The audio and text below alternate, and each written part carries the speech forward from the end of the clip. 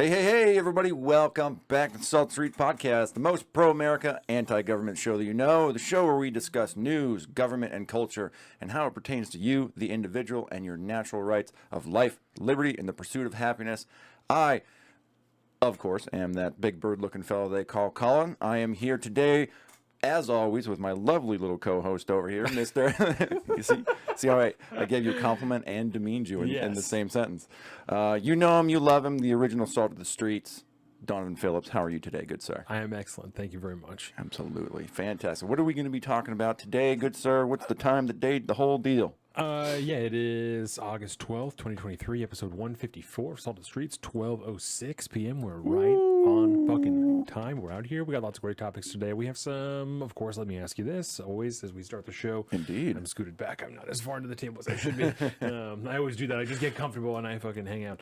And then we have guns. Lots of gun talk in part two. That's pretty much everything. We didn't talk about the exact structure of the show, but keeping it real loosey-goosey we'll today, get baby. there. So we have lots of gun talks. We have lots of gun talk. We're going to be talking about some updates on the unfinished or 80% lowercase, a proposed or no, it is the bill that's been proposed, a 1,000% tax on AR-15s, and we'll get into those details. There has been some leaks that seem to indicate that the ATF is looking at placing another rule that will eliminate private sales of firearms in between individuals unless they have FFLs. And good luck with that in Texas, bitch. And then I have something else too that I don't have at the top. We have a couple of questions, of course, for part one, that just like some random Instagram stuff. It's gonna be great. And then we have some Ukraine talk a little bit. There's some interesting stuff going on this time. Because it's not the usuals. This one was that corruption scandal. I got some stuff on that. Yeah. Super into that as we watch the president ask for another, $26 billion for it. So it'll be real interesting. Yeah, and then because we didn't hit really any topics last week with Brian, or last episode, it was great. Absolutely fantastic episode with Brian. Yeah, shout out Brian. Yeah, it was a great guest. We have a couple other, the Amble men, that have already reached out and indicated they have interest in appearing on the show. Nice. So we are, in fact, making more movements on the studio. I did have someone in to help me make some progress. I was hung up on some holes and some concrete that I needed to drill. Them concrete holes are a bitch. Yeah, the concrete's old, but we got it done. So I know we promised that we'll be going soon, but we're going. So it's gonna be banging. And then of course we have the Grab Bag Part 4. It's gonna be fantastic. It's gonna be great. Yeah, I have some reels too. There's some things we're going. I'm so excited about it. Yeah. If you haven't seen it already, you're an all-star now. Yeah, we're balling out here. It's great. You're basically viral. The video is doing excellent. Before we go any further, of course, this video, every other video, every clip, everything executive produced by Zeke. And I do want to remind you and advise you, advocate for you to evaluate your relationship with the CCP and adjust that as much as possible. Okay, so that's a beautiful thing. Yes. On our youtube.com/saltofthestreets. Of course, you can find it. It's at our saltofthestreets.com, patreon.com/saltofthestreets, and our own personal social media. I'm at Salt of the Street on Twitter and at alpaca_Donovan on Instagram. Okay, so the Breaking Points video. We talked about it the last time because we talked about, we had a question regarding Vivek's plan. So we kind of previewed this video a little bit, and then we put it out like a couple of days after that. So the video's been doing good. Real good, buddy. Yeah, so we have some comments on it. One person asked that I mentioned in this video, if you haven't seen it, go there and watch the video, of course. Share it with your friends, tell everyone about it, because we're trying to crush Breaking Points in the most official way possible, because those are the only critiques that anybody has is like, well, you guys are shit. Like, all right, well, watch this. So I've been really enjoying fucking with the Breaking Points fans, trolling these motherfuckers. Good, it's a lot of fun. Yeah. I didn't think I cared about this type of internet stuff. We could start our own Garth Brooks action with the Breaking Points folks. It's just been a ton of fun. So I mentioned in the video that Crystal Ball's husband, Kyle Kulinski, did a response to their video like I did, but his was entitled, Crystal Ball destroys. Destroys Vivek Ramaswamy in this interview. And I remember all too well, because I might have said this last episode, but I want to continue to give you shit for it, because we were talking about it at work one day, and I was like, all right, I'll throw it in the queue, I'll watch that. It was like a 22-minute video or something like that, which were a little longer than his usual clips, even though he sped up all the commentary like they do. I hate that. And so I immediately jumped into it and suffered through a fucking Kyle Kalinske reviewing his own wife's video. Yeah. And then you never watched it. No. But now, it's officially been requested. Yeah, So you have to do it, and I'm fucking here for it. You have to suffer too. Ramja G. Boodram 312 asked if I would break down the Kyle Kalinske take on the interview. So I will do that. With no context, too. It was just a straight up ask. It didn't imply anything negative or positive. And I like it. So I'll do that. I said that I would. And then there's another guy that said, Ace Criminal Defense, who said, if you do not care for or will not be involved in the 2024 election, then you should not be doing any election podcasts. So, well, yeah. What do you think about that concept? This is a very silly thing to say, right? And this is in reference to when I opened the video, I said something to the effect of like, I don't know who Vivek Ramaswamy is because I just don't care about 2024. And I didn't say that. I said I am thoroughly inactivated, and I even might have said that I don't care about 2024. I don't think that I said I won't take part in it. I couldn't tell you honestly whether or not I will at this point in time. Which is a very understandable place to be at, by the way. I'll have to answer that question when we get there. But I don't think that I said that in the video, but go there and watch it and find out. That's right. But, add to that view count, baby. Right. So like, subscribe, share. Let's talk about why I said this. Well, no, let me address your question first. That's dumb, right? That's a silly thing to be saying. First of all, it's my job. That's what this show is for us to discuss the current state of politics and how it's affecting your life and liberty. Yes. Whoever the leader of the nation is, supposedly, the person who hands the power down, the rulings, right? The edicts, and then people enforce them, right? The head of all these things who's like, I can't change anything, I don't know what to do.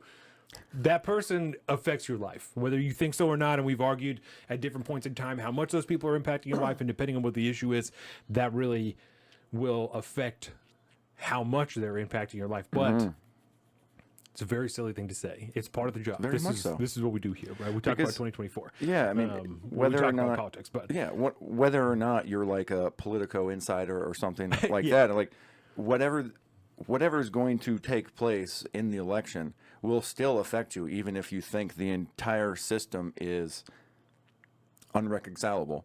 Yeah. But you still have a duty to know what's going on. And when your friends or your community or people online talk about these things, or they share like a really twisted up no context clip or something like that, it's that's going to paint people's perspectives a little bit. And unless you have been somewhat paying attention to who these people are, even if you're not going to end up voting for the corrupt system, it still behooves you to understand what's going on and to pay fucking attention. Right. In some capacity. And I think I might agree with him if I was uneducated on the issues and I was just kind of dipping my toes, like, maybe you shouldn't, maybe I would agree, or if we've been doing it this whole time and my best take is just like, you're dumb. Like I just said to him, but that's not a political take. That's a personal take on this guy's comment. That's different. Yes. So if I couldn't have put together a coherent argument about why someone's take is good or bad and how I feel about it, then I might. Oh, motherfucker. You're right, Brian. You're right, Brian. I wonder if I can change that. Keep talking. Yeah. So I might agree with him, but because that's not the case, he couldn't be more wrong. The reason also that I said that about the way that I feel about 2024 in that election, to me, the question should be, why do you feel this way? I'm a 28-year-old. I'll be 29 when 2024 rolls around, when that election is kicking on. I'm right. That's the peak of when people should be activated in politics. Should the question then, this man is obviously older than me. He looks like an older man, like in his 50s probably. He's a defense attorney. Should your question not be, why are you not activated on 2024? Why do you not care about this? Right. There we go. Because my lack of interest is a direct reflection of many things, but one of which is the horrifically sad state of politics. That any of the people that are running for president right now are not going to do anything to fix they're not going to fix the country. There isn't a single person that's going to be on any of those stages that's going to make anything better. I don't agree, right? Yep. Okay. That's fine. I like my Vivek, but that's fine, right? Anybody who I think is likely to win in this corrupt system is not going to make an actual difference. That's 1,000%. And that's because, as we've discussed many times before, this country is run by a uniparty, right? Anybody like this person who is really betting on donkey versus elephant and tricking themselves into thinking that that's going to be the difference is you're fooling yourself. You're lying to yourself, and that's fine if you don't want to recognize that. But that's They're the not, anti-teams. That's man. not what we do here. No. We're not. I'm not going to sit here and talk about how Joe Biden is going to bring it back if he can win, or maybe Kamala Harris if they're going to run her, or any of the other fucking people that are running against. They're not going to help you. They're not going to save you. They don't want to save you. They don't want to look out for you. So not even a little bit. You, sir, should not be commenting on 2024. So I don't care about 2024 because Also, I don't think I want him as my defense attorney anymore, because if that's your level of argument, that doesn't really give me a little warm fuzzy inside if my life's on the fucking line here. And I don't care about 2024 because this system, in my opinion, is a bust. And if we don't take actions to save the founding principles of the country, not this system itself, but the founding principles, then we're out on it. And we're so out. it's not going to do it, you know. Jake Lyons has some good questions that he asked us that I will lead into that type of national preservation type of deal, you know, that are pretty interesting. Jordan and I kind of talked about it last night. She went to some fucking well, I shouldn't. Let me be, because I'm not denigrating it. She went to That's just the way you talk. Yeah. Women, Wine, and Woo Woo, it's called, right? So it's a total stargazer deal. I was going to say. Crystal. There's some hosted. crystals. Yeah, Dr. Crystal. Oh, hosted. for real? Yeah. Yes. So it's done out of that clinic, and there's like a bunch I have a of new different crystal Bible now. It hangs out in the bathroom. Okay. For people's perusal, you know. There's I don't know how it got there. It just showed up one day. isn't that how it happens? There's a small shrine in my basement that it's to Where did this come from? Her name is Hecate is the goddess of this. Yeah, it's there's a whole thing. So there's like a bulb of garlic on there, and a knife, and moon water, and some dirt from a crossroads, and there's a whole deal. Yeah, she's told me a lot about it, and I'm certain that You're like one step removed from Santeria at that point. dude, we're getting real close. We're balling out here. Well, and a while ago, I can't believe this. A while ago, I was watching a Russell Brand video, and he answered a question. Someone asked him about one of the tattoos that he had, and one of the tattoos that he has is like a Hindu goddess named Durga, and she fucking rides a tiger and does all this badass shit. I've seen that before. Her deal is justice and equality, equality on all levels, right? So she's taking lives on all levels and all kinds. Very, very cool, right? I like it. So I asked Jordan to find me some books about this lady, about Durga. I'm trying to dip my toes in some Durga. So it's gonna be sick. That sounds great. Yeah, it's gonna be sick. I don't remember why we started talking Just the about name this. alone is so the Women, funny. Wine, and Woo Woo Night. Yeah, because you were talking. About Jake Lyons' question. You were talking to Jordan. Oh, before. yes. So there's all these different spiritual, I think Jordan called them healers. All people that are doing different stuff, like a woman that did a crystal ball reading, and a woman that was like a Reiki healer, and a woman, know, and it's all ladies because the Women, Wine, and Woo Woo. Yeah, So you're it's hitting all the ladies. stops on that one. Yeah. All you need is a medium at that point. So Jordan came back, and she was very activated and very pleased, and I don't remember how, but then we were just talking about spirituality in general, you know. And I was like, I think it's very important, you know. I think it's very, very important. So think about the change in attitude and persona that she had before she went and then when she got home. Yes. It does something to people. Yeah. And it could be filled in lots of different ways. Sometimes it's the crystal stargazers, and sometimes it's your more orthodox religions, we'll put it that way. But either way, that level of spirituality is important to the individuals and arguably society. Yeah. To a lot of ways. So let's. What's up, Joseph? Well, let's answer Joseph's question, and then let's just talk about these Jake Lyons questions because we're already in this realm. We're doing it. And this is how we're doing it today. So, sup guys? Do you think a Trump Ramaswamy ticket is possible? Nah. Maybe. Because he's talked to that point a couple times. Ramaswamy has, or Trump has? Ramaswamy. Okay. And Trump has essentially said the first debate that's going to be held, because he's already said he's not going to take part of it, he's going to be looking for his VP pick, essentially. He's like, everybody up on the Right. stage is So he can't take Pence with him. yeah, because no, that's not going to happen. But Ramaswamy has said that he's not in this thing to run for the number 2 spot. He doesn't think it would be good as a number 2 spot, and he also doesn't think that if Because he it's a wins, useless position. it is most often, yeah. But Trump likes Vivek for, yeah, there you go, yeah. Shout out Joseph, you know what you're talking about, buddy. But he, everybody that's running for president though is gonna say that, because they're not gonna say, "Hey, I'm running for president," even though I'll be happy to be a VP. And Right. then all of a sudden you're undercutting y'all. Why is anybody going to send you money? Obviously, Right. you're not in it to win it. But at the end of the day, whenever the nominee is chosen by the fucking, the grand party during their conference, if you get that call and Trump asks you to be like, "Hey, be my VP," You're gonna say no. you're going to say no? Right. I doubt it. And, I mean, as far as, like, electability and shit, they're both, Trump is the founder of the MAGA movement, and Vivek wants to be the next torchbearer for the MAGA movement, right? Right, and that's he what talks he about a was- lot of the same things. Yeah. He defends Trump a lot whenever, throughout these. He's the only one talking shit on the justice system for this whole He doesn't think political Trump attack. is the guy, but he also thinks that Trump is being fucked by the system. Yes. And you can walk and chew gum at the same time. Yeah. And that's, I think, his philosophy. That would be a strong fucking ticket.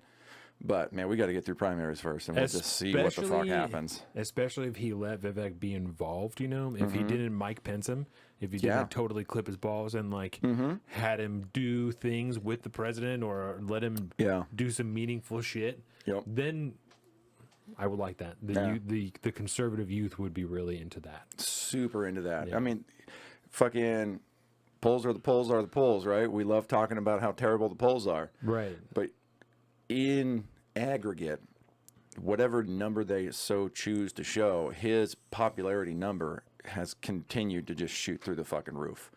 I've got a couple lovely clips Donald to Trump? visit. Vivek. Okay. Yeah, he's getting, to the point where I think he outpaced DeSantis relatively recently. If not, he's matching up with him now, which is like, you've been the governor of Florida for all this fucking time, and you were like propped up as, I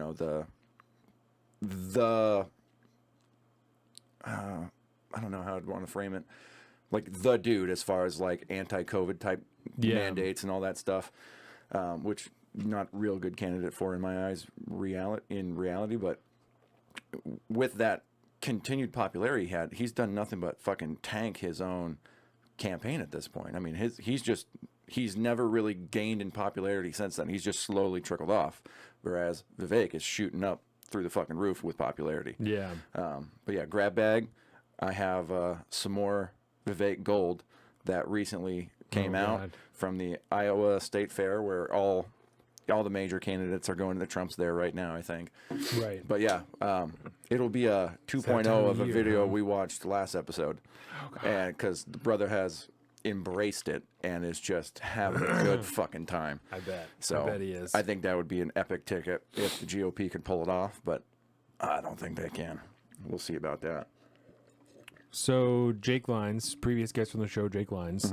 Yeah, you're right, Joseph. Vivek is doing it smart because he's doing the young person thing. He's going on every Yeah. podcast out there, every kind of interview he can grab, and he's staying away from like the 30-second, 2-minute hits on the major networks and focusing on long-form, hour-plus type of content, or even the 15 to 20-minute grill session from places like Breaking Points. Yeah. The video, that's still, Trump's not going to go on fucking Breaking Points. No. And you're going to He get wants to be on access Joe to Rogan it. really Totally. bad, I guess. Apparently. Still. Yeah. You watched that PBD episode where Patrick I didn't watch that. I Bet-Davis. didn't watch the PBD one. Oh, it was real good. Okay. It was real good. Because PBD just geeks out on the whole concept of Trump getting on Joe's podcast. Did he ask Joe why he didn't have Trump on there? Kind of, but didn't really push it because Joe doesn't want to really talk about it that much. Yeah. Because he said at one point he doesn't want to help him, but that's kind of changed now. And I think it's mostly along the lines of you can't I don't think you can have a normal conversation with DJ Trump. I don't think he knows how to communicate that well. He did the Nelk Boyish podcast that one time. And I never watched that. That's not even on just saw YouTube the anymore, clips. right? They No, took I it don't. down. Yeah, I'm pretty sure. And Yeah. I do I think if they're it sounds so stupid, just considering the history of everything. At current time, I think if there's one person who could try, who has a good chance of getting honest takes from him, it's Joe getting him to Rogan. be a real dude. Because Joe isn't gonna let him in with like a bunch of qualifications and stuff to the interview. You know, like, you're gonna come in and we're gonna talk about whatever we talk about. You know, and if you whatever you're personally uncomfortable with something, then that's fine. I don't want to. You can have a hard time cut, but we're just here to talk, man. Right. He did say that he wants to ask, like he could ask him, like, what's it like when you first sit down in the Oval Office and they come in with the folders, whatever, you're the fucking president for the first time now, and like the intelligence community comes in and starts dropping off briefings and giving you like the talk. Like, what are they actually telling you about? What are you getting filled in on? Because a lot of people, including myself, think you get elected president, congratulations. Now you're not actually really in charge, but we are. Yeah. This is how you're going to play ball. This is our plans. Let's work together, or not. And I think that's probably he's really interested in that kind of questioning, not so much his standardized talking points. Right. He doesn't play that game. Doesn't Joe want don't to fuck hear around that. that. No, No. he just wants to talk. But Because yeah, he didn't do that with any of the other presidential candidates that he's had on there, Bernie and all that type of stuff. yeah, he had RFK on. I don't think Vivek's been on there, but that would be fucking sweet. That would be good. That would be a great episode. Almost as good as that Tim Dillon show that came on the other day. You Tim catch that Dillon one? was great. I did watch that I'm one. not all the way through. It's fucking great though. I always watch. I have a clip for that from that show because it's so funny. I love that. In the grab bag today. Dana White might be able to talk Joe into having Trump on. Yeah, he might. Maybe. They're pretty tight homies. Yeah. Yeah. So anyways, Jake Lyons. Yeah. So Jake Lyons asked last episode. Shout out Jake Lyons. He has 2 questions, and then he had like some stuff and that he wants us to listen to and watch, and you know, Oh, yeah. we'll see what's up. But his I question do was- appreciate that though. When people like ask you to look into something, they do provide what they want you to check out. Yes. I do appreciate it a lot. So his first question was: is the God of the Bible necessary to establish a truly free society? And then his second question was: how do Americans topple the inflated and aggressive administrative state, deep state / swamp? This image we will have a lot. Oh, this I imagine we'll have a lot of comment on. So the first question was: is the God of the Bible necessary to establish a truly free society? That's a tough one for me. Do you want me to answer that first? Yes. Okay, because this is what Jordan and I were talking about last night. So Perfect. I have a little bit of an answer, and it's something I've been thinking about before he asked it. So I thought it was very interesting. Let me start here. I think that some form of spirituality embraced on a large scale is necessary for a free society, and to answer your second question a little bit, for America to survive in any form of what the founders imagined that it would be, that is also necessary. I don't know for certain that it needs to be Christianity or Catholicism or one of the largely established religions, but I believe that spirituality of some form that instills a sense of legitimate faith that allows people to think and conceptualize of something larger than themselves is necessary for those people to conceptualize something like freedom or liberty, because that is so much bigger than an individual person. So and there are very few things in a human's life outside of faith in some form of higher power that can expand your mind to that level. You know, there's not many concepts that expand over to every human being, every living thing like that. But when you believe in some form of higher power that has created these people, or, you know, looks over them, whatever that thing is, that's just one step away from, well, because of that, all these people also deserve freedom. They all also deserve liberty. They were all created by the same thing, by this same presence, equally, all expected the same thing, all with the same ideals in mind. So they all have the same freedoms and protections laid out for them by that same creator. You know? You have the right to life at that point because you were indeed created. you therefore have the right to life. Yes. And I think I'm going to totally agree with you on that. And I'm going to take a play from Joseph here, because he also had a comment, said, you know, maybe not free, but best shot at a moral society. And I think that's really a moral society Yeah. would have their values based in freedom and liberty. Yeah. That would be the moral thing to do, because it would be immoral to do anything other than that, because then you're subjugating or oppressing at that point. And so, yeah, I think it's right along there. And you can get to that road, I would argue, in multiple ways. It doesn't necessarily need to be, as he would put it, the God of the Bible. Right. I don't even think I could tell you the God of the Bible, because I'm not like a theologian. I don't listen. I'm not deep into that world. But from the basic tenets of the Judeo-Christian religions, that seems to help build morality within an individual, within groups of people, and then Right. and then through societies. And history kind of helps prove that over time. So it's hard to argue that, like, the impact of creating that moral society through those Judeo-Christian values, I think it kind of works. Yeah. Kind of works for a while. I mean, there's a really easy way to fuck it all up. Like, we've cocked it all up here real bad over the, preceding centuries, but that's the only way to start, I think. You got to have some kind of moral foundation. And I think those sets are the easiest to to fall back on, because that's like the newest version of those ideals, But there are people like my wife who embrace an older spirituality, an older theocracy, if you will, Yeah. that she believes that they believe these other ones are based off of, right? And there's a strong argument for that. Obviously, some of these the wilderness-based religions and whatnot, the Wicca and whatnot, that these things were taken and turned into what these other religions are now. Oh yeah. I mean, so- the original, the OG god Marduk.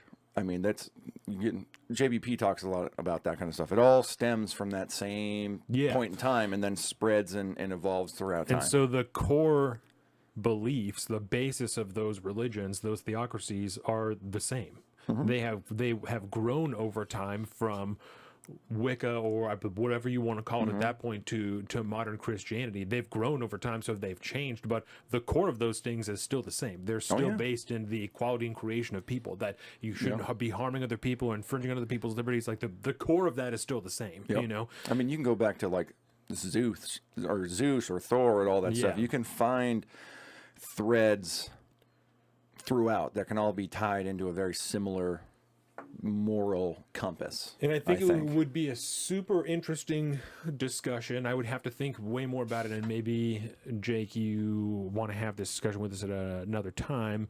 Think it would be a really interesting discussion to talk about which side of those theocracies might fit modern times better, right? Because the more modern Judeo-Christian values are obviously already more adapted to modern times, because they were developed more recently, but the basis of them can still be found in those older religions. So that would be really interesting to discuss which one would be not more valuable, but I was gonna say relevant. I was like, that's not the right. Yeah, might be but you know what? loosely, You know what I'm talking about. That's the air of Oregon. The alpha brain's still kicking in, so give us some time. But I think you guys understand what I'm getting at. So that would be a really interesting conversation. Coffee's not done yet. Yeah. So I don't disagree with the sentiment of your question. I don't know if it's necessarily that God, but I do 100% believe that some form of spirituality, and that's I think so. That's part of why I've written off religion for a very long time. It's just not something that I cared about. I didn't care about it. I just didn't look into it. It wasn't something that I considered. That's interesting, because I came at it from a different perspective to land exactly where you're at. I don't have any attachment to it, but I did a ton of research in my early adult life. Read the books, all the books, like the Quran and everything. I still got all that, the Torah, trying to find books on various religions like that, and ultimately I landed in the same place. Yeah. Because I pursued that, and then was, if not more confused, still confused. Yeah. So and ultimately I couldn't get there. And I think that as I've had more conversations like the one with Jake Lyons when he was on here, you start to talk about freedom, liberty, those base values, you get down to You guys were killed on Tim Pool. Thank you, dog. I really appreciate Shout out that. Gem Rider. Yeah, keep telling them. Everyone keep telling them to have Salted Streets on. There you go. Well, I would sell many items to fly to West Virginia to be on Tim Pool. Oh yeah, that would be fucking. I would personally finance a trip to West Virginia to be on Tim Pool. If I can kick it for an afternoon with Ian Crossland, I'd be super jazzed about life. I would be thrilled. So, if you consider abortions freedom, then you might not feel free in a truly Christian conservative society. It's all dependent on what you consider moral. So that's exactly what made me think about that Joseph's discussion. fucking fire today in the chat. I love Joseph. And that's precisely what made me think about that discussion that I was proposing, is because with those more modern interpretations of those values comes things like that, like abortion, that this is interpreted this way, this is, and when we've had that discussion on here, it's I don't think we've ever found a solid answer when we're talking about abortion other than you have to defer to freedom and liberty, man. Super tough. It's very difficult. I think so. Yeah. So morally, there's a right or wrong answer, I believe. Yeah. But at the end of the day, I don't feel like I could tell somebody what they can or can't do like that in that situation. It's one of my favorite conversations to have because there's no I don't have an answer to it. Exactly. So many other things people ask me, and I'm like, give me 10 minutes, and I'll get you to where I'm at, and then we can move on. But that's something where I'm like, well, what do you think? Like, tell me what you think, because I don't know. I'm consistently asking people questions when they ask me about abortion because I'm still trying to figure out exactly how I feel about it. Yeah. So I like that a lot, Joseph. That's really good. I like it a lot. And the second question that he asked us was, how do rolling back the deep Americans state. topple the inflated and aggressive administrative state? That's a fantastic question. And we could probably... All you got to do is elect Vivek Ramaswamy. He'll do it. There's a ton of different ways to approach that, a lot of different ideals, and I think it will take a combination of many of them to actually accomplish that goal.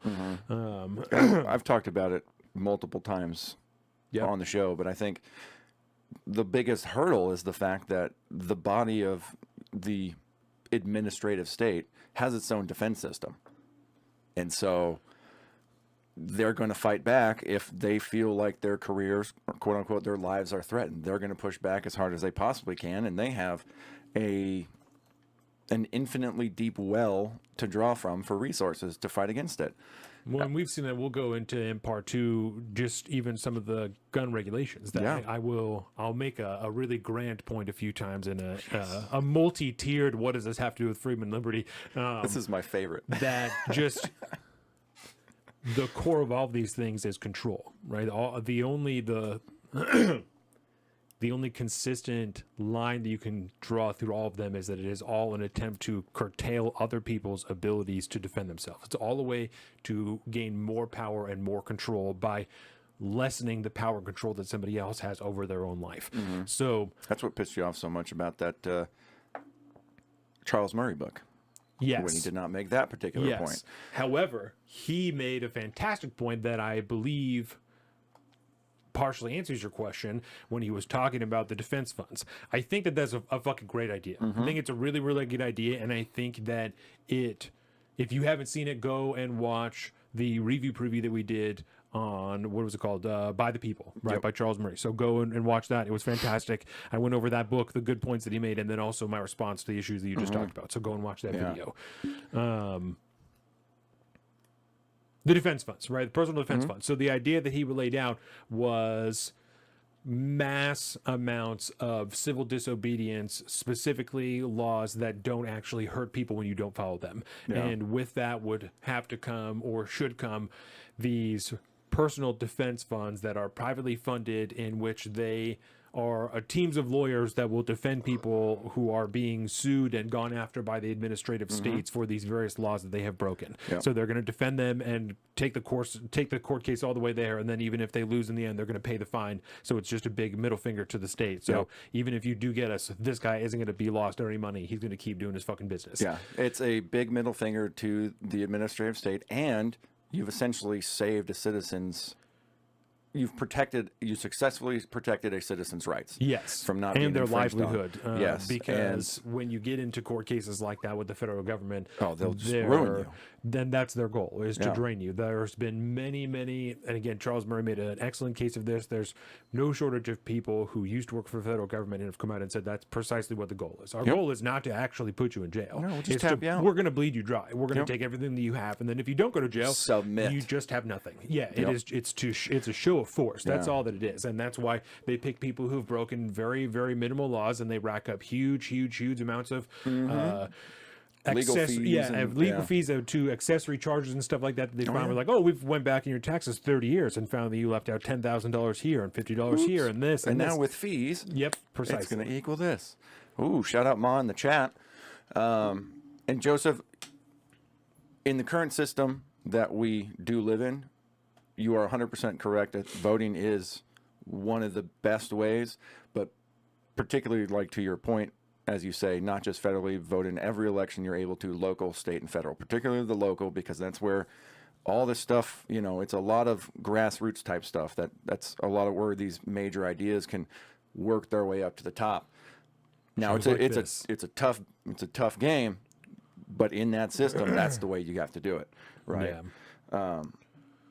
Shows like this, baby. That's right. And the point I was going to make. Oh, I believe it's like the USCCA, United States Concealed Carry Association. Yep. This is an example of one of these defense funds in practice. Yeah. You join up with them, you get a membership, and then they have lots of advice, and they have different groups and things like that, but they will ultimately help you. Say, I think one of their selling points to join in is if you ever, God forbid, have to use your weapon in self-defense, you're going to be going through the legal system, even if you're totally in the right. We will help you through that process. Yeah, and they'll also, I remember there's a ton of different podcasts that used to have ad reads for them, and they'll also, I think, like pay for missed time work. If you are away, if you have to go to jail or some shit like that, then they'll pay you X amount. So you're not totally out. Is it possible to suspend elections if World War III kicks off? We might be fucked. Jim Ray. Oh, Jesus, I fucking love the chat.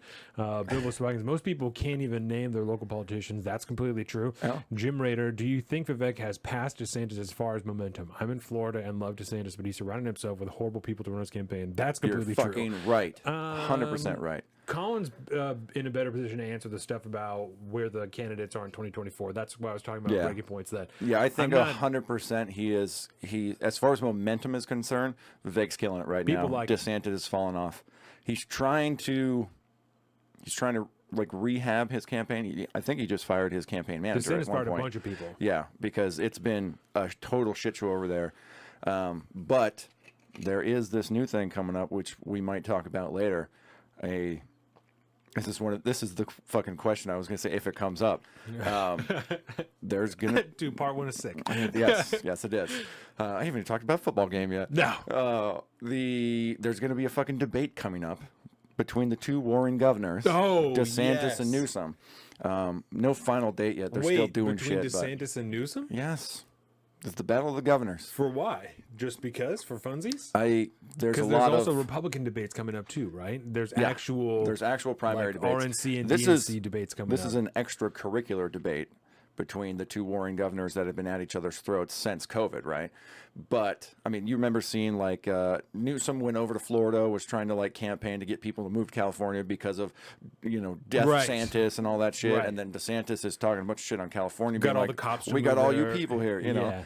And so they've agreed now to do a debate because they both want to be president. I'm pretty sure Gavin's doing something. Yeah. He's doing something. Newsom's got something going on in the wings. He's already pledged not to run for president, but when the old man's, if Joe Biden when his ticker kicks out, and then somebody's got to take up the mantle. And I know, as Tim Dillon says, Kamala Harris speaks in gypsy curses, and so I don't think that was so fucking so perfect, funny, dude. Yes, and I know that people are still. Specifically, the people in the White House, the Biden administration is still holding up this. He's going to run. He's going to run. We already talked about it. The corporate media is already turning on that. They're already talking about how old he is. You got whatever Mika Brzezinski or whoever it was that was like, you need to defend him. It's not working. There's no way. And maybe he'll run in the beginning, but he has to drop out. There's no way that he actually closes the fucking deal in 2024. Because I need to still win this bet that we made. He's not going to make it. He can win. Even if they think he can win, there's no way. Because he can't fucking survive 4 more years. Yes. There's no way. No. And not coherently, because he's barely coherent now. Yeah. There's no way. I think the real question is, how is he going to have to exit? That's, I think, the real question, because bro can't do it, man. You can shoot him up with all the amphetamines you want. He cannot. How does he have to exit? He's got to exit at some point. Right. Some kind of terminal illness. I have to bow out for my health or something like that. Or, after multiple long talks with the family, blah, blah, we're going to have to step away. But they said last year they got all together and they were like, no, he's running. That's right. We're all here for it. He's running. Yeah, well, things have changed since then. There's been a few bike incidents. There's been some more falling incidents. Yeah, it's because, bro, literally, when you're in his, I don't want to say age, because some people his age are way healthier than him, but he's a very frail man at this point. His body structure can't. I mean, he's a fall down and break your hip type of dude. And that's game over at that point. That happens all the time. Going over the numbers of like this percent of the time he goes in through the regular stairs of Air Force One, and this percent of the time he goes in through the belly stairs. And they're doing this because it was hilarious. That's fucking crazy. It was hilarious. To Joseph's question, is it possible to suspend an election if World War III kicks off? I'm just gonna say we never once held off an election during the last 2 world wars.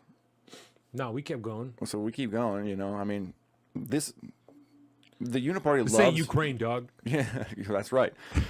People the Uniparty loves war. Yeah. And, I mean, they'll just use that as their campaigning points at that point. Yeah. Pro-war, anti-war, whatever it is. Or, we all got to fight the bad guy, whatever it is. There will be people who say that. There will be people, whoever the president is, supporters of that person, that's like, we should... maybe chill and just let him hang out, especially if it's closing, if they're in for their second term, maybe like, well, I know that we passed this amendment already, but the last time that we had this, we fucking let this guy chill. 3. Yeah. So I'm sure there will be people who will say maybe we should repeal this amendment and let homeboy chill. But it'll be the same pack the courts type of people. Yeah, it'll be all nonsense. I don't think that will happen. I don't think so. So this ain't Ukraine.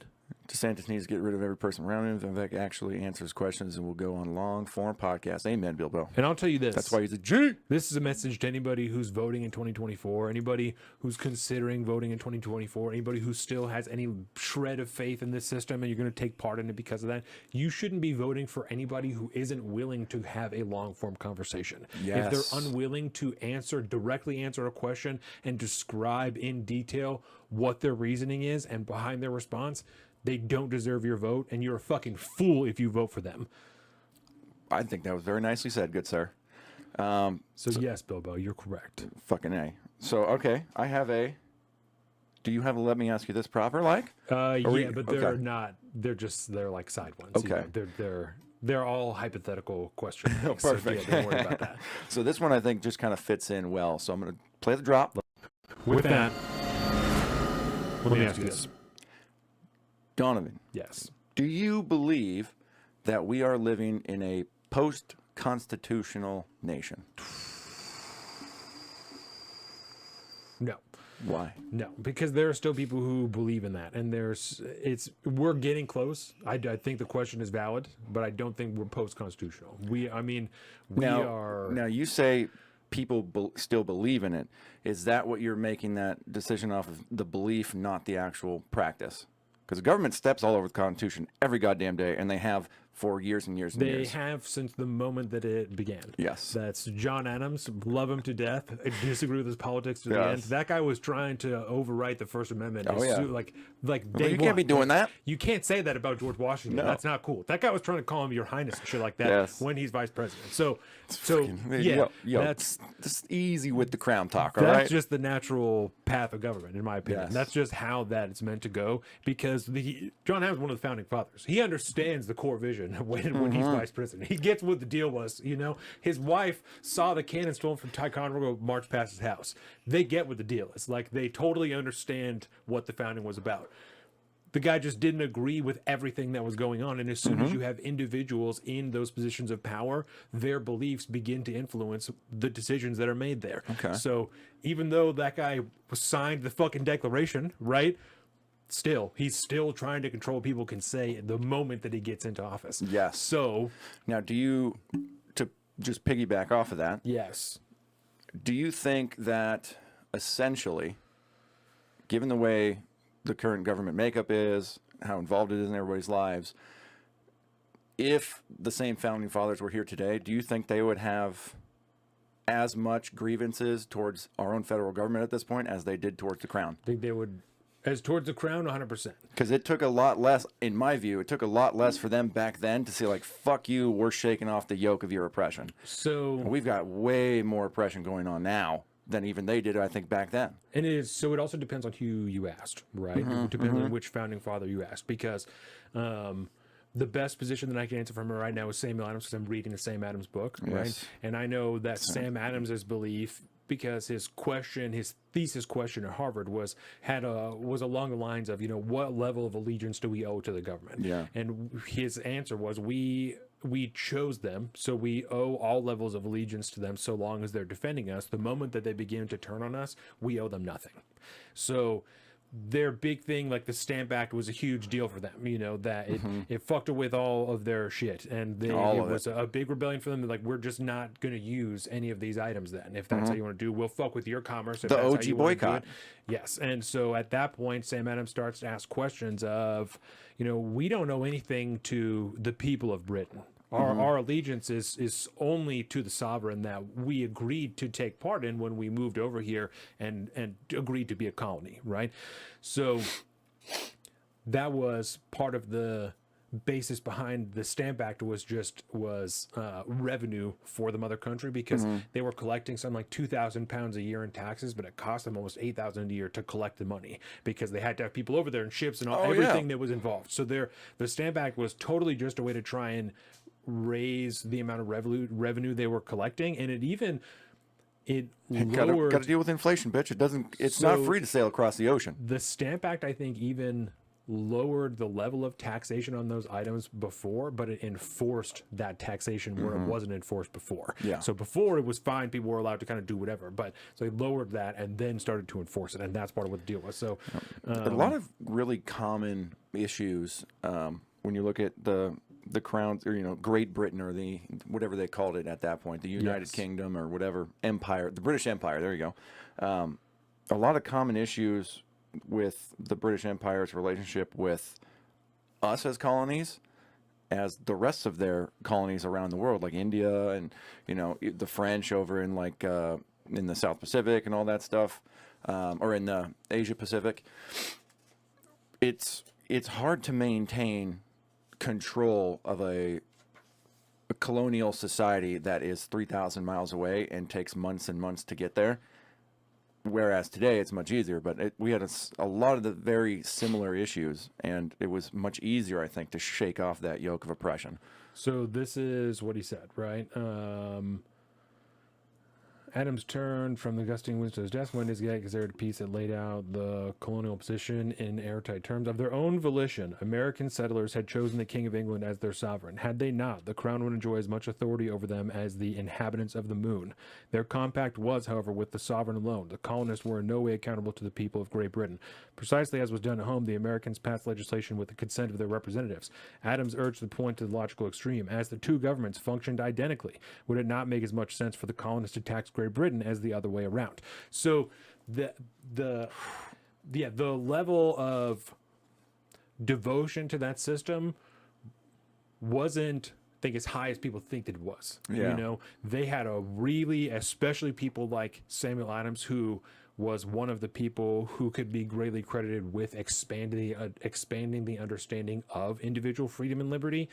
He knew where that line was of, we're not ruled by this person. This is a government that we are taking part in, and we are submitting willingly to this power and this involvement. So I do think that a vast majority of them would have been shocked long ago, to see What the fuck? the way that relationships the relationship between individual citizens and the federal government is not equal. It is not fair. It does not function the way that it should, in which we are left alone until we have an issue. We are actively preyed upon by the federal government on a daily basis. They actively try and intimidate people. They go to your home with notices to tell you that you are in violation of a law that isn't a law if you happen to own a thing that we have evidence that you own. Oh, yeah. This is not a way in which the federal government should ever function, and I absolutely guarantee that any founding father would say the exact same thing. Yeah, They say, hard stop. How have this you is guys not overthrown what the we yoke had yet? in mind. This is not right. They shouldn't be doing this to you. You know, that's as close as you can get to, well, we're just going to stay in your house for a little while. Like, you're down the road from that, you know? So, well, New York City is maybe a little closer than people thought. yeah. May not be soldiers, but I agree. They would be quite surprised. well, that seemed healthy. Yeah. That was healthy. Yeah. I think that's good. I love now that you've kind of taken up this new routine of bringing in the current book you're reading, and it really shows like the thought processes that you're running into as you where I'm read at. things like that. That's a fucking get a little bit of the review preview every episode. I like that a lot. Jordan told me that she thinks that I am Samuel Adams reincarnate. Ooh. Yeah.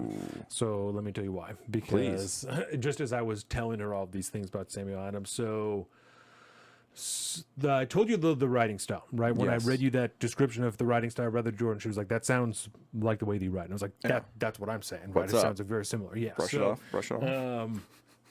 Some personal details were like his wife. We were very similar ages when we got married. His wife was the same age as Jordan when they got married, and they lived 2 streets down. They grew up 2 streets down from each other. Jordan lived less than half a mile from me when we grew up together.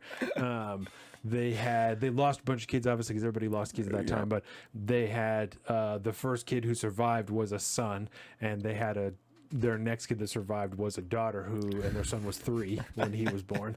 Makes me hard. And Shout out Brian. what else was there? This was going to stab. He was poor. He was super duper poor for like his entire life. When he had that whole deal with the land trust lending scheme that I explained to you, right? Yeah. At the end of that, he was on the hook for, I think, like £200 that he had to pay in due taxes, whatever owed shit. Probably the equivalent of like $2 million these So days. it is roughly $7,500 is what he had to pay to these people, but it's still at that time an immense a lot amount of money. right? So Stacey Schiff, the author of this book, said that Samuel Adams would never earn that in a year the rest of his life. He was in his 20s. He was 28 when he went through all those hearings with the land trust, when he's identifying and coming to terms with individual liberty and the dysfunctions of the government, when he's being fucked by the government. Because he's over at like Parliament, right? At that point, he getting was grilled, or- here. Okay. It was those were committees that were being done here. It was Cuts down on decisions. costs that way. Decisions handed down by Parliament that were being legislated over here. So he was meeting with a bunch of American committees in our different. I think it was in like different committees of Congress is the way that it was being dealt with, and so he was 28 when he was having this big like come to terms with liberty, you know, and that's when he started to really. Wait, how old are you again? 28, Yeah, well, and that's when he look at that. started to really like pump hard on writing and like really get after it, and that's when his writing really started to take shape and gain more influence and more prominence. Find the voice. Yes, yeah, but he was poor the whole rest of his life. He would never earn more than $7,500 a year for the entirety of his life, and when he owed that money to the government, they keep trying to get it from him. He's like, I literally don't have it. I don't know what to tell you. What do you want me to do? I make no money. I operate this business that my dad left me, and I operate on razor thin margins because I sell fucking barley to housewives. You know, like there isn't a huge overhead on grains to people's houses. And so there are multiple times, I think 5, where the local government tries to auction off his property. They go there, and the people What's are up, total, eminent domain? They're total pieces of shit because he's writing in his papers the entire time, and like these papers that he's putting out, like the worst people in the world are people that know something is wrong and they do it anyway. It's like these are the worst pieces of shit that you could imagine, and that's who these people are that I'm interacting with in the government, because they tell me in behind closed doors they know that this is wrong, but then they'll still try and sell my fucking property. The sheriff who went over the auction, he's like, I know this is wrong, so I'm not going to bid on your property. but I'm still going to auction it off. Fuck you. Yes. And so There's every so time, many similarities. Yeah. Every time that happened, Sam Adams just like, I'm not going. Like, I'm not going to leave. You don't have any authority to sell this place, and I'm not going to let you do that. So I'll fuck on everybody who comes here. You can't sell my shit. Like, this is totally unjust. And eventually they just leave him alone. It happens enough times that they're just, well, fuck. All right. Like, I guess we can't I do don't know nothing what to do about about it. Yeah. Just stay. That's fucking awesome. Towards the end of his life, he's just being bankrolled by other founding fathers who had more money. He had no discernible skills other than educating people on liberty. That's the only thing he knew how to do, is to show people how to be free and like why that's important. That's all he knows how to do. So he was a cobbler at one point and owned this martyr business, this malter business, and all this different shit.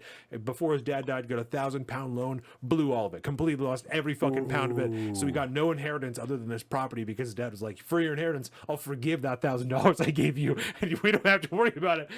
Yes. Yes, so that was another thing that Jordan was like, oh, so you mean that he had to borrow or like borrowed money from a bunch of people so that he could do what he believed in and like, you know, stay and defend his own money? I was like, shut the fuck up, you know?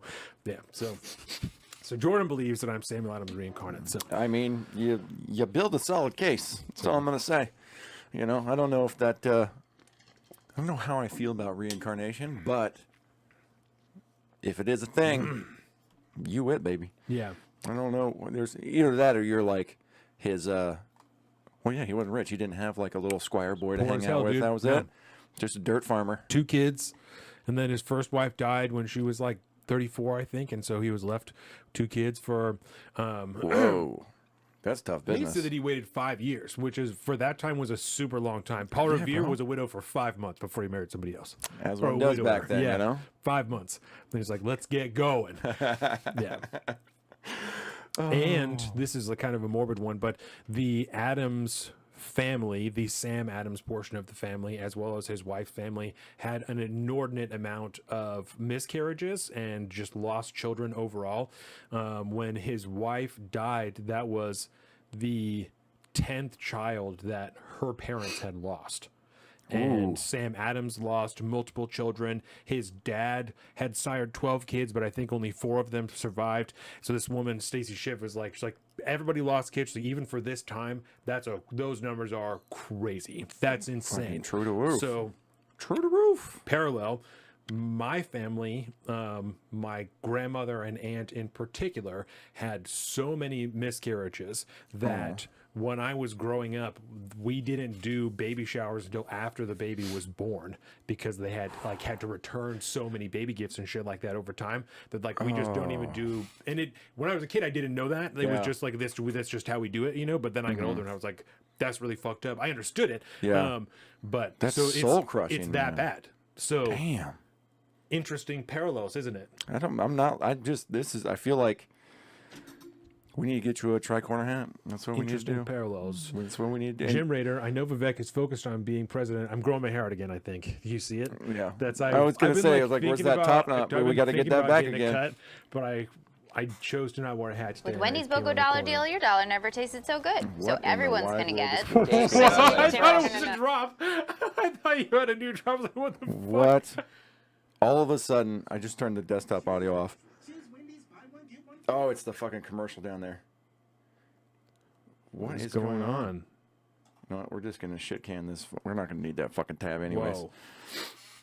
Yeah. That was goofy.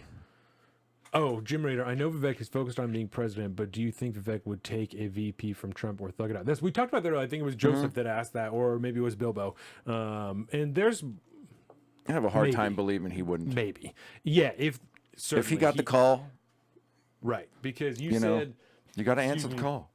that Vivek has said like he's not in it for second place or whatever, but I Yeah. agree. If it comes down to it and Trump wins and someone reaches out to Vivek and says, are you going to be number 2 dog? He's not going to decline. He will not refuse. I mean, the amount Because of... it puts him in a better position to win it when he runs the next time. Because then he Yes. actually has some Get a nice big politics profile under up his there. belt that no one can Yeah. shit on him for being an outsider like Trump was. Oh yeah, and I will say, as far as like, if he could be in a position to be like the top dog advisor too, like if it was one of those relationships, which Yeah. I think it could be, I mean, he would be super influential on actually like properly shutting some executive shit down. I You know do what believe that it would also be a unique relationship between president and vice president. To again shout out, same as John Adams when he didn't win the election for president the first time around. He was asked to be vice president, and he said, "Fuck that." So Yeah. that position is dog shit. It doesn't mean Yeah. anything. You don't fucking do anything. It has no power. Mm-hmm. So I don't remember exactly what the deal was, but George Washington was like, "You're totally right, but you can do more shit than the Yeah. average vice president would, and we'll call it good." Nothing too crazy because it was new. They're still operating within the bounds Yeah. of whatever. But I don't know. It ultimately, I think time will just tell, because he said multiple times he wouldn't. Like you just said, Bilbo. He just said multiple times he would not be interested in that. But again, we just wait. I mean, fucking Kamala Harris called Joe Biden racist to his face, and then like a month later was like, "Yeah, I'll be your VP." yeah, So, but I was that little girl, Joe. Dude. Deep cut, buddy. Yeah. Good call. But yeah, I'll never forget I that. don't know, man. Because We need to if drop he for that. actually That's so still funny. wants to, oh yeah, we gotta find was that that one. little girl, I Joe. was that little girl, Joe. So funny. So oppressed, Kamala. But I mean, somebody would, I think, be able to convince him or persuade him. He's very open to the concept of persuasion. He talks about that a lot. You know, that if your ultimate goal is to do good for the nation as a whole, Yeah. then at one point, if you see an opportunity for you to serve, then you should. In the VP candidate slot, that would be kind of tough, but it kind of would also, it would set you up even better to be like the big time candidate Right. next time around. You know, this could And- be your initial. You learn a lot about how that fucking bullshit corrupt system Peek behind works the just by curtain. being there for 4 Yeah. years. And you're correct, Brian. That's the other part, is that Vivek has to say now he won't take 2nd because that undercuts his case for president if Yeah. he's willing to settle for second place. If Then you want he's to not be, gonna get no donor if you want money. to be the dog, you have to want to be the dog. You Yeah. can't want to be anything other than that. No, man. And you know, he's got it, man. He's so charismatic. He's knows so what he's fucking doing. intelligent. He knows what he's doing. It's real nice. He destroyed Crystal Ball in a Breaking Boys Destroyed. interview. Oh Jesus! Best That's part what- one ever, by Damn the it, way. that's what we should have called our Breaking Points video. Oh, we destroys destroys. Crystal Ball. Oh, god damn it. What a missed opportunity. That's right. No, that's what we'll call the Kyle Kalinske one. Yeah. Oh, even better. That's what we'll I do. love it so much. Donovan destroys. Yes. Salt of the Streets destroys Kyle Kalinske. Yes. Because you don't know what you're getting into yet. No. It's a fucking, for you it'd be the equivalent of you like going to play T-ball. Oh, I'm You so just smacking home runs all fucking game, dude. He makes it so fucking easy. Well, get ready, guys. I'm recording that one next week, so within 10 days, you'll have another Breaking Points video hot So off the fucking reels. I'm fucking ready for it, dude. I hate Kyle Kalinske. I know, it's just Yeah. it's rough business, dude. So I have as like a silly. Let me ask you this question: do you want to do that, or do you? I know you have a local thing up here. Do you want to talk about these local things? No, that's all right. So it's Maui's a- on fire and it's fucking terrible. That was Yes. Yeah, we have is true. our local FEMA task force, whatever, is being deployed to go over there to assist in the rescue. Okay. I think the death count now is up over 80 and 100 still missing. So Do that's you? fucked. Is it just a wildfire that started, or what? Do we know? We don't know yet. Okay. Apparently, Jordan there's asked been me some high yesterday. winds that were helping to do that. I mean, an entire fucking town's wiped off the board. Yeah. You know, it was Lanai, I think. Couldn't tell you. Couldn't tell you, but some some of those words I have a hard time with, but I'll look it up later. But either way, town of 10,000 or whatever just wiped off the fucking map. There's a very famous tree that sits Yes. down by the waterfront like that. It's fucking massive. I remember seeing it as a kid because we used to go to Maui a lot when I was growing up. Okay. My grandparents had a condo over there, so they'd always, for like Christmas every other year, everybody got tickets to go hang out at a certain time. That's I got you a clutch. little holder right there. That's clutch. I put mine here during the week, like when the mics are down. Yes. And it works perfect. But yeah, you look at the before and after. I think I got some pictures of it in the grab bag, maybe, or maybe it's over here. I don't know. Shit's not really. Things aren't refreshing as quick as they have been. So I'm like Heard trying to be people are unhappy nervous. with X. No, it's problematic. that will come up during the grab bag. But yeah, just so you know, this is like what the town used to look like, right? And then as you go through, it's nothing but foundations now because it's just to the sea. There's a fucking video of dudes. That's the tree there. Yeah, that's the tree. It's still there, intact. I mean, it's like charred. It's like 2-3 blocks long. It's massive, but still there.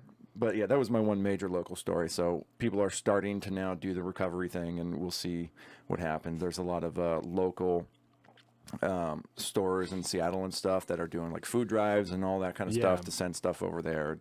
You know, there's a lot of Pacific Islander transplants that live over here. Yes. And so there's a huge. We got a ton of big Pacific Islanders over here. Yeah, and so there's a lot of connection with those people over there. Before George Floyd, we used to call them brown people, and everyone was cool with it. It was like a blanket term that we wouldn't say Welcome like to the Bremerton. Browns, you know, like that would be racist. But it's like even, when you dated exclusively brown girls for a long time. And that was not. That That was was so never a bad thing to say, and I sound like such an old man who's like, I used to say Negro every day, but it's not. Wow. It was never ever like that. It's like when I was a child, they were calling themselves brown kids. Anyway, tons of Pacific Islanders over here. Yeah. Joseph said, I've heard either power lines or China lasers started it. China lasers, huh? Well, Have do you you heard remember? China lasers? Yeah, I've heard Oh, China God. lasers. Because a while back, there was a They video definitely that have came lasers. out, and it showed like this green laser in the middle of the night, like pass Yes, across the skyline yep, real quick, yep. and it turns out that was a Chinese weather satellite doing like LiDAR work, or who fucking Just knows. like the but balloon. there was a visible. Excuse me. There's that one of those back things that just Yeah. sneaks up. But yeah, there's a lot of speculation about what that could do. But then there's a lot of talk about like once people actually start talking about the laser thing, 'Cause it they're comes like, from what space, would it right? actually take? Because that Yeah. laser comes from space, right? Oh, that bitch was from space. So But- so it could certainly be hot enough to catch something dry on fire. Ideally, no. Laser people say, at least in the generalized commercial world, Yeah. you wouldn't be able to do. There's no lasers that powerful out in space because for it to get all the way down here, so it's a long time. A lot of power for it to yes. still be burning that hot by the Yeah, time it it would be goes like you'd through have to space like link satellites together. So I Right. don't know. It's ideally. It would look a lot like the laser of the Death Star, Yes. multiple satellites coming together Yeah, yeah, that's right. to funnel through another space device. Yeah, and as we know, we need concentrator. we need the Tiber crystals or whatever they're Right, called to do that. precisely. So obviously we haven't found that yet. Is that the same thing that you use to make a lightsaber? Yeah. Okay, same type of crystal. Yeah, watch Rogue One again. You'll remember where that. I guess they use Deal. it to power the starships too. We but have I don't lasers fucking on our know. destroyer ships that take out drones by frying the electric components. Yes, and they work like a motherfucker. They have like handheld ones now. They're using over in fucking Ukraine on the You ground. think that would burn you? It certainly could. That's a way easier thing to get done. A directed energy weapon like that. But I'm just saying, like, as Yeah. far as from space, I don't know. But, Right. And no, who I'm just fucking knows? thinking now. When I mean- Brian did the radio class shooting a couple times ago, he took the antenna off his radio, and I put my finger on it, and he pressed a button, and it fucking burned me. It's like Oh, yeah. really fast. Ooh, dude. Yeah, But I mean, it's weird. the Radios odds weird. are it's probably some kind of infrastructure failure, some kind of spark. You know how? I mean, a fucking cigarette can. Yeah. If shit's real dry out and the winds are rogue real high, joint. it could be any number of things. But it also could China. equally be fucking, a malactor. Yeah. Something like that. We had shit like that going on here already on the mainland, so That's it's right. certainly possible people Sure is. shooting at different electrical plants and whatnot. Yep. Let's just say they didn't do it in Hawaii. I mean, It's beautiful. Doesn't mean it's peaceful all the time. People get their asses beat in Hawaii every day. all the time. Shit's It's a savage tough over spot there. over there, bro. Yeah. Yeah. I If you ain't from knew- there, you better stay in your lane. Yeah, I Put knew it a that way. gal in school that moved there for a couple of years and she moved back. This, obviously only one person's account, but it's a funny story. She's like, when I moved over there, the Islanders wouldn't accept me, so I had to be friends with all the black people because that's all there was. Just like there was just Islanders and black people. Hilarious. Like that's how I survived. My friend bought a handheld laser that used. Oh, Bilbo said China could just have a big magnifying glass up there. And we wouldn't know about it. Awesome. Nah, Trump's Space Force will be up there handling shit, bro. They're up there Brian right now said- battling with lasers. Come on. Astronauts with guns. What do you think Elon's bringing up every day? Do you think they have regular guns or laser guns? Space Force. Oh, it's got to be laser guns. They have Otherwise, to it's have fucking laser Space guns. Force. What are you Yeah. doing? Brian, my friend bought a handheld laser that used 6 CR123A when we were in Afghanistan, and it would light a coverage in like 10 seconds. Damn. Damn. Fucking shit's popping, dude. I mean, it's very, very possible. We'll put it that way. Yeah. It's very possible that there's a lot of weapon systems out there that we can't even comprehend might even exist. Oh, there so- definitely is. There's, Oh, for We sure. talked about that with aliens. There's no doubt. There's- Exactly. the shit that you think that we have is it was with the robot woman. It was Oh, when yes. we talked about that motherfucker Yes. isn't real.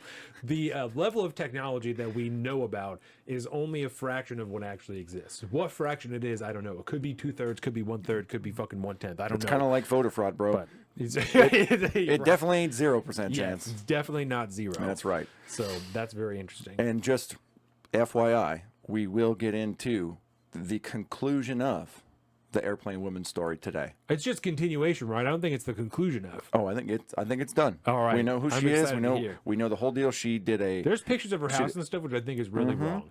I think so. really, Yeah, really wrong. it was pretty fucked up. But Don't be doxing this bitch. yeah, that was tough business because anybody. Oh Light a fuck! I cigarette should in have 10 had that. seconds. That's still pretty fucking legit.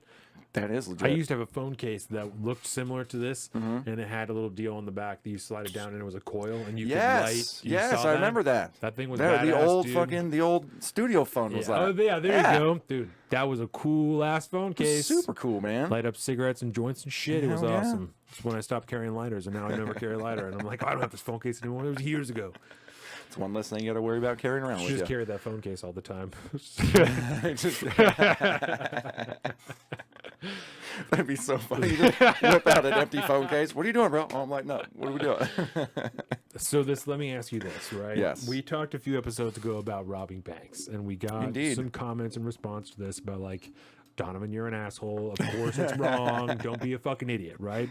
I mean, I had a hard time squaring it a little bit. Yeah, but full disclosure, that guy was a cop also, so he's a little bit biased. It's wrong. Don't rob banks. Okay, so at the time, also don't rob banks. I couldn't disagree with you. I did not have a good argument against it. I still don't, but I've thought about this a ton of times since then because I didn't have an argument against you, but I didn't agree with you. But I didn't have a way to like explain why I didn't agree. I just didn't agree. I say you shouldn't rob banks. He's like, I don't think I really agree with that.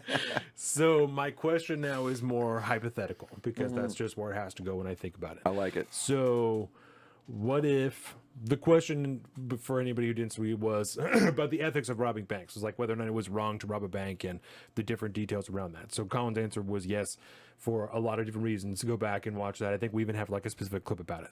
So, We sure do. what if you rob an FDIC insured bank at night? So there's no people there other than like maybe a security guard. Yes. No, for this, there's no one there. It's not. Just nobody. There's You like can walk in, get the shit, a and get roaming out. security force, like people like at the mall, you know, that they just drive by and they whatever. So people check on the building once an hour, but there's no one in the building. So you get into the building, you're able to disable security and get into the safe and steal the dollars and then leave, and no one is harmed. Other than It's a heist. It's a full-blown, heist. Yep. successful heist, right? Totally. Okay. Well, you have to ask who's harmed, right? Okay. If the FDIC is going to make everybody whole, Yep. and there is a seamless transition of funds to Yeah, do that, nobody- so none it's of the a- bank. You have to remove all the possible negatives, right? Yep. It's a smallish, mediumish bank, so no one has money that's over the threshold of what's insured Yep. by the FDIC. Yeah, and there's Everything is no good. lag time. It all happens automatically. You know, you all as good. a customer at that bank never even noticed that it happened, right? Nope. You know about it because you hear about it on the news, Okay. but you call the bank and they're like, "You're good. It's already handled." So where does the money from the FDIC come from? The federal government, Now, where's the federal government get its dollars? from the taxpayers. And even if we're not doing the taxpayer money, because you can't, nobody in this world can say that Right. the government is actually funded by our taxes. But Fucking Joseph. in which case, Fuck you, Joseph. that's right. You're robbing me, bitch.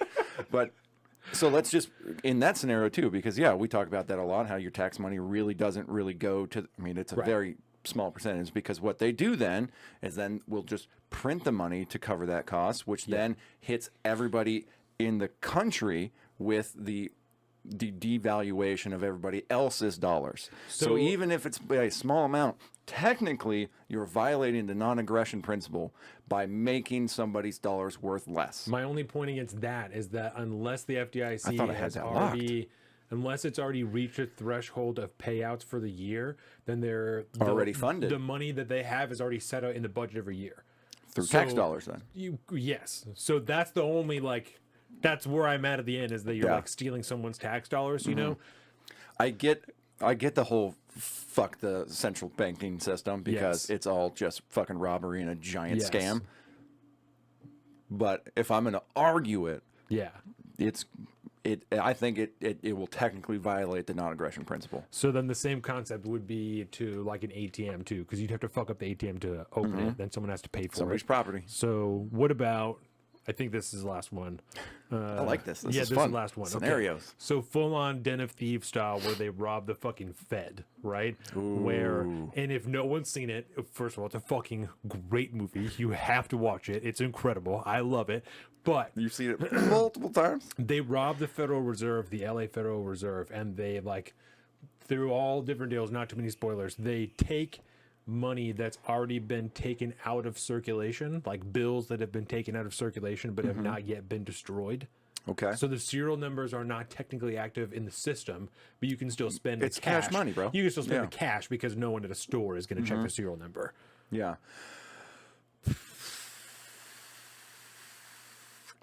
Is Okay, that so like a- let's think about They this, kill right? people. So outside of those Outside things, of right, that, it's the same just deal. that it concept goes of off seamlessly. recycled money. Yeah.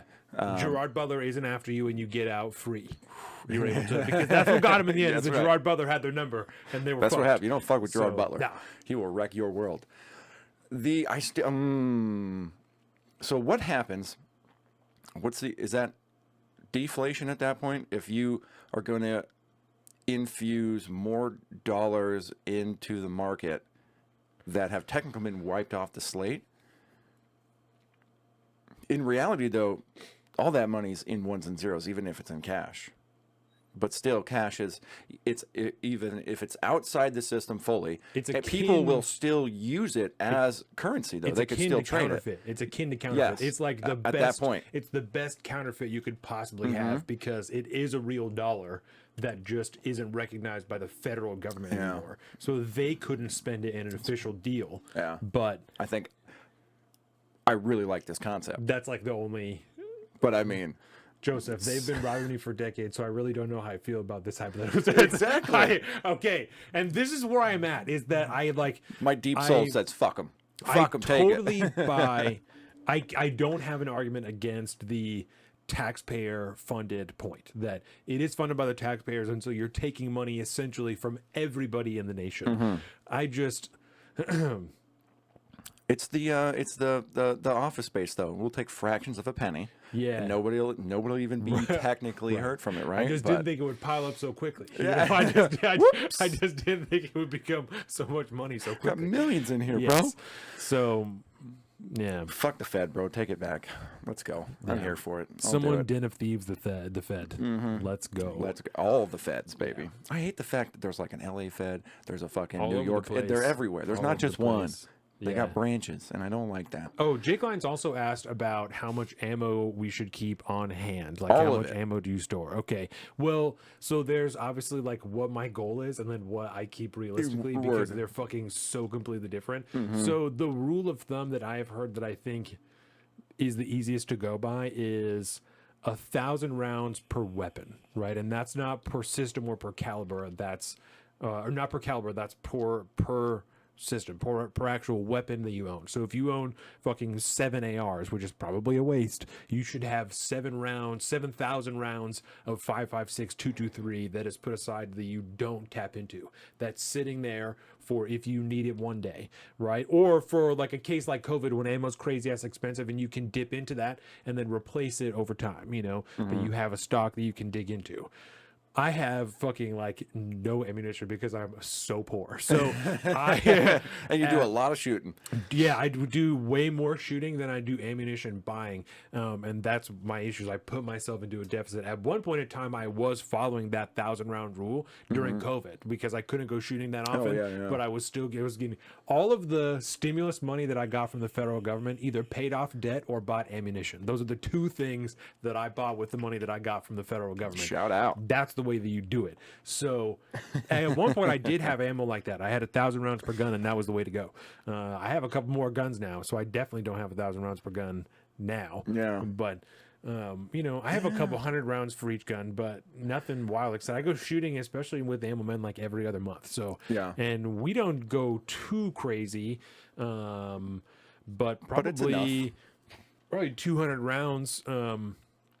On the high end of what we'll expend in a range day. When we went out, just the six of us the last time, we got way more shooting in because it was just six of us. Yeah. So way more range time, way more actual gun time. But so I think that's a good number to run with, is 1,000 rounds per gun. That if you can, that's a great way to go, to just Yeah, I have think that so. on deck, kept away, and then also have shit that you're like training with. That's your shit hits the fan ammunition, and then you also have training ammunition on top of that.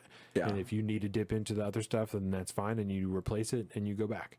Yeah, because I've got, thinking about it, probably, You got it's stacks. certainly in the hundreds. Yes. Because it's like, I don't know how many mags are back. It's enough, Right. and they're all full, and they're not, they're pre high capacity mag Yeah.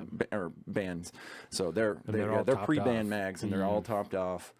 And then shotgun, same thing. Oh, I just exited that one. It's fine. Oh, okay. We got probably hundreds of rounds for my shotgun as well. The biggest deficit I have right now is in my 9mm ammo. I probably got maybe 100, Yeah. and that's not enough. No. But No, you I'm know. I'm super poor, so right now I don't.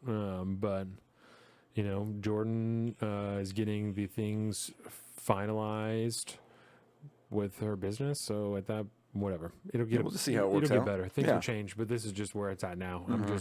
It's important to me that I have enough to.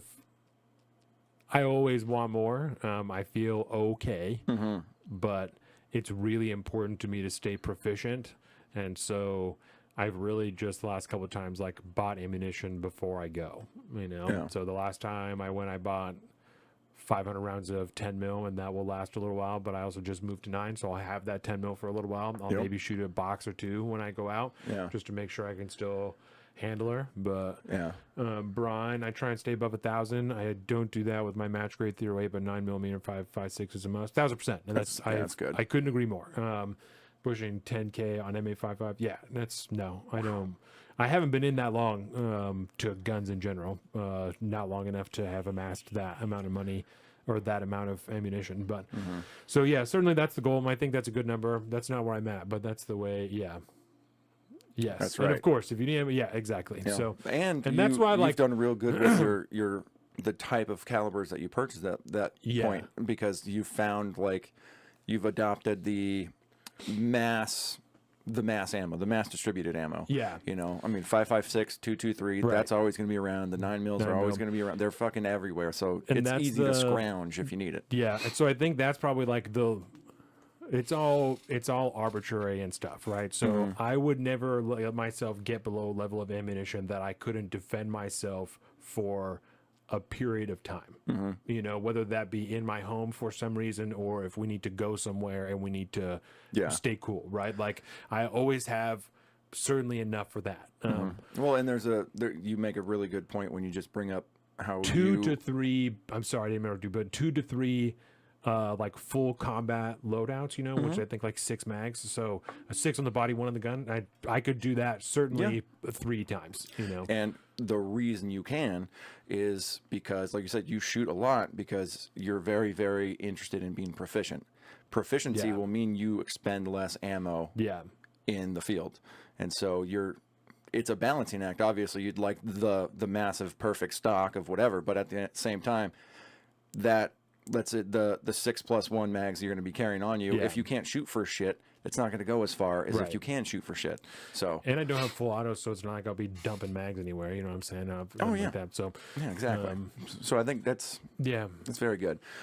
Joseph asked real quick, how do you feel about a laser bullet practice system? I think that's great. I think it's great. Yeah, dry fire is way underrated. There are a lot of especially older people that will tell you that it like damages your gun and stuff like that. For some guns, that's the case, but for newer striker fired pistols and stuff, ARs, that's no problem. Just dry fire all day. That's the key to success. That's we talked about Riley last time we were here. He'll be on the show in the coming episodes. That's part of the key to success. That dude is 25. He's one of the greatest shooters that I know, and it's huge, or some portion of that is due to daily dry fire. Every single day he's running dry fire to make sure that he knows his pistol, he knows how it operates, he knows where his draw is, he knows where he's going to point, like everything. He's got it down. So that's a huge key. And I think systems that can give you legitimate, accurate feedback on what you're doing is good. I don't know that much about the system, so obviously do the research, make sure you find one that is reputable and is going to be accurate, but I think that that's great. There's like Mantis is one of the dry fire systems. There's a ton of different stuff like that is good. There's some that you can swap in like some type of CO2 systems in your gun so that you get actually like cycling of the slide, you know, so that you can get a similar recoil. And that would have been my only point, really. The only downside, it has its purposes. It does a lot of good. Yes. But there is absolutely no replacement for the actual real thing. It's big in the hunting world, too. People want to try to go sighting their rifles with, you know, one of the laser bullets and shit like that that you can get for your caliber. And that's fine. But at the end of the day, you want to put the round you're going to use through that rifle or through that gun and make sure it's going to hit where you want it. It can help get real close. Yeah. Pistol game, I'm sure it's a way tighter situation. There's a ton of stuff that you can work on through those dry fire systems for pistol that... Everything's got its purpose. The only thing that will be left is that recoil mitigation so that you can like get quicker follow-up shots and make sure that you're good. But you can nail down where your wall is, your trigger pull, your your sight line, like all that stuff you can nail with dry fire at home with an accurate system. So I think that's great, and we've talked a ton about airsoft and stuff like that here. I think that's a great thing for all those same fundamentals that you can build, making sure that you have the right body position, your stance is good, like all of those things can be done through airsoft. Movement, tactical drills. These are all excellent things, and I guarantee you within the next I'm going to say 2 years so that I can be liberal with it, but it's going to be less than that. There will be video footage of the Amblemen at an airsoft field because there's a new one in our county. What is going on today? I don't know. It's like all these ads finally keep like building. Where's this one coming in at? I shoot a Matthew. That's the dry fire system that you have is Matthew? I think Mantis is the only one that I know the name of, but I have heard of multiple. I just don't know their names, but I'm just muting all these what fucking a weird sites. Deal. That like never happens. Never happens. That's why I don't understand what's going on here. Compy's fucking with us today. Bro, the internet sitch out here has been tough over like the last month or so. It's been hit or miss. Fucking weird. I'll have random drops and then they'll be back in 5 minutes. It's super fucking strange. It's a bow. Oh, okay. Yeah, nah. And this, I want to ask you about this. Yep. Do bows have a place in like the realm of like self-defense and say preparedness for tyrannical governments or anything like that? You know, the same reason you'd be carrying that. Yeah, totally. Especially in the world, if you're if you're thinking tyrannical government, you're talking guerrilla warfare.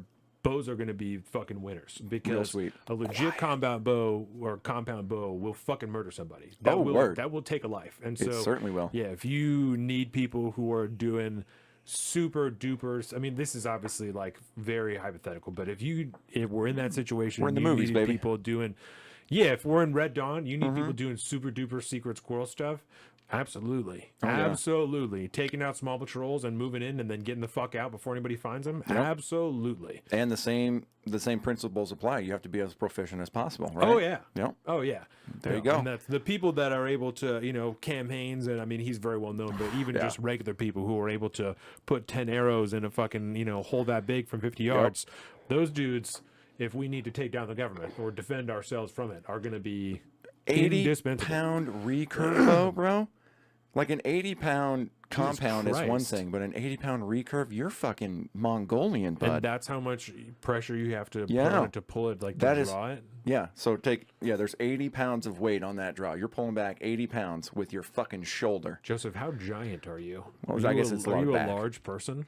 I don't know if we ever talked about this. That's, Wow. ooh, bro. Because Yeah. that's you got to be a little yoked to be doing that on the regular. Yeah. But it's like the Mongolian bows they used to shoot were like 120 fucking pound God pull or some damn. crazy ass shit. That's what they're And murdering. nobody people does like that these days. I think minimum for hunting is, I think 40 in this state, and that's that's still hefty when you're actually pulling it back. I am not. I think my large. I've compounds. just done it my whole life. All right. Yeah, so you got the muscles. You're built for it. Word. Well, I think on that note, we can bring this glorious part 1 to an end. Yep, that's all Jake Lyons questions. That's all the stuff. I saw dig it it. right at the end of part 1. That's why I mentioned it, and I knew it would be quick. So Good shit. there you go, Jake Lyons. I will make sure I tell you about this so that you can go and watch it. So with that, we'll be back in just a few minutes for part 2 with some beers. I brought some ESBs. We got some Oktoberfest. It's gonna be it's great. getting real, baby. Definitely ready for a beer. I feel the Aufbring kicking. I'm fucking feeling Yeah. good. We're going to be talking about gun talk. Lots. Oh, so this is a perfect transition Exactly. because we're talking lots of guns, part 2. Lots of different laws, things like that. Brian, I'm glad you're here because I have some details figured out about the different issues that were the injunctions and whatnot that we're talking about. I think we had some things confused with certain parties and whatnot. It's going to be great. I got Love it. Kid. It's going to be great. We'll be back in just a few minutes. Part 2, beers, Kid. We love you. Oh, YouTube.com, Salt of the Streets, Patreon.com/Salt of the Streets, Salt of the Streets, .com for all of this stuff. Instagram.com/Salt of the Streets. We also have our own personal social media. I'm at Salt of the Street on Twitter and at Alpaca_Donovan on Instagram. Colin is a Big Bird Offie on both of those things. Nice recovery, good sir. Thank you. We'll be back. Got it. Thank you.